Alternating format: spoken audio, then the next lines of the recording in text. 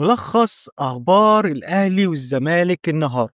ملخص الأحداث اللي حصلت النهاردة. طبعا قبل أي حاجة ما تنساش تصلي على النبي محمد صلى الله عليه وسلم، واللايك الجميل والاشتراك في القناة، ولو بتتفرج على الفيسبوك ما تنساش المتابعة واللايك. طبعا بالنسبة للأحداث اللي حصلت النهاردة تابع معايا. هنبدأ بنتائج مباريات النهاردة في بطولة كأس العرب قطر 2025.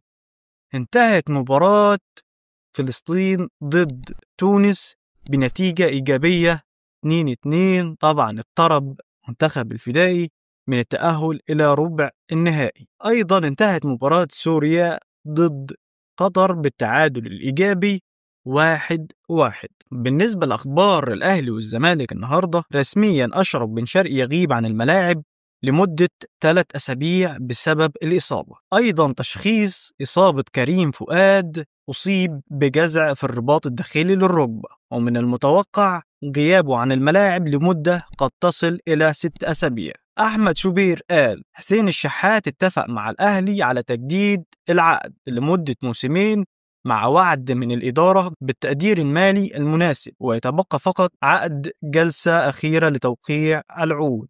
تقارير النادي الأهلي أنهى الاتفاق على ضم يحيى زكريا لاعب غزل المحلة. أيضا وفقا للكابتن وليد صلاح الدين مدير الكرة بالأهلي، خلال يومين سوف نقدم عرضا رسميا للاعبين الذين تقترب عقودهم من الانتهاء، وإذا وافق أحدهم سيستمر، أما إذا رفض أو لم يكن العرض مناسبا فسوف نعلن ذلك ونبحث عن البدائل المتاحة. وفقا لصحف مالي، الأهلي يحسم رحيل اليو ديانج حيث لم يتم التواصل إلى اتفاق بشأن التجديد بسبب مطالبه المالية المرتفعة، ومن المقرر أن يدرس النادي العروض المقدمة من الخليج في يناير. تقارير مقترح داخل مجلس إدارة الزمالك بتعيين خالد جلال مدير فنيا للفريق، على أن يستمر أحمد عبد الرؤوف ضمن الجهاز المعاون له. تقارير لم يحدث أي تفاوض مع إدارة الكرة بالزمالك مع صلاح مزدق لعودته إلى الفريق في الفترة المقبلة. راديو ديوان FM التونسي، أحمد الجفالي توجه بشكل رسمي إلى فيفا من أجل فسخ تعاقده مع الزمالك والمطالبة بمستحقاته المالية المتأخرة. تقارير الزمالك لن يبرم أي تدعيمات على مستوى خط الدفاع في يناير المقبل بسبب الوفرة العددية داخل الفريق. موقع 247 سبورتس المغربي محمود بن تاي يوجه انذار إلى الزمالك ويهدد بفسخ تعاقده بسبب مستحقاته المتأخرة. بس كده معلم، دي الأخبار اللي حصلت النهاردة.